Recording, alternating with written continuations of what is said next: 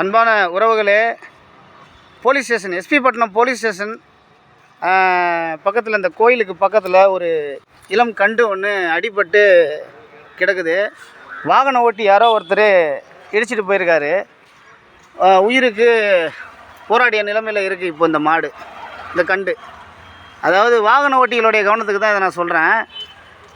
ஆடு மாடு இதுங்களுக்கெல்லாம் அறிவு கம்மி தான். நமக்கு அறிவு கொஞ்சம் ஜாஸ்தி இருக்கும். அதனால் என்ன தெனாவெட்டலாம் படுத்துன்னு இருக்குது அப்படின்ற மாதிரி சில பேர் என்ன பண்ணுவாங்கன்னா ஓட்டுவாங்க. இதை பாருங்கள், நேற்று நைட்லேருந்தே இந்த காலை அப்படியே மடங்கி போயிருக்குது. வயிறு வேறு ஊதி போயிடுச்சு. குத்து உயிரமாக கொலை உயிரமாக இருக்குது.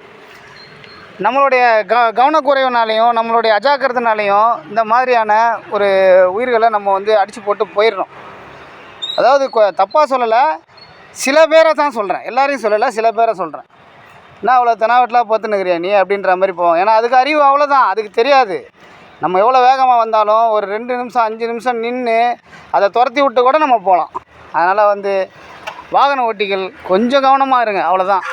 பாருங்கள், அதோடைய வேதனையை வெளியில் சொல்லவே முடியாது. அதால் நமக்கு ஒன்று அப்படின்னா ஒரு காய்ச்சல் அடித்தாலே நம்மளால் தாங்க முடியல.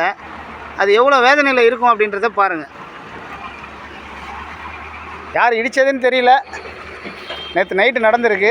இப்போ காலையில் தான் நான் பார்க்குறேன்.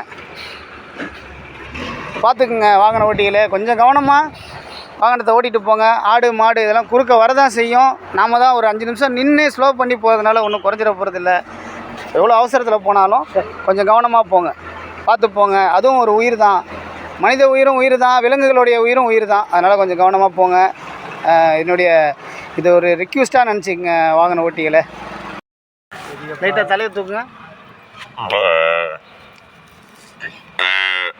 கழுத்தில் ஏறிச்சா? காலில் தான் இல்லை, வேறு இடத்துல ஏறி காலில் ஏறி இருக்கு. புரியுதா? டயர் தான் ஏறி காலில்